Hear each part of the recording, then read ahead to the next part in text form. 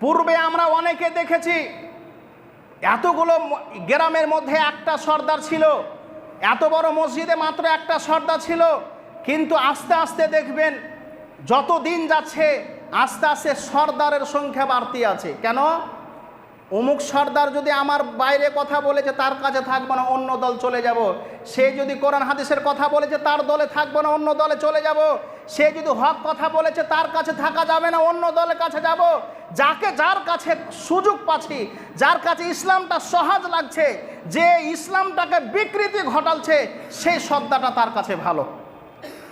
আমাদের সমাজে দেখবেন আজকে 5-6টা সর্দার কেন, এমনও মানুষ আছে যদি কোরআন হাদিসের কথা বলেছে, কোরআন হাদিসের দ্ব্যর্থহীন ভাষায় বলার চেষ্টা করেছে, তাদের সাথে থাকেনি, তারা ভিন্নভাবে মতভাগ করেছে, তারা অন্যভাবে তারা ভাগ করে নিয়েছে যে তাদের সাথে থাকা যাবে না। তারা ফিতনা সৃষ্টি করছে, তারা সমাজকে শেষ করছে, তারা ফিতনা সৃষ্টি করছে।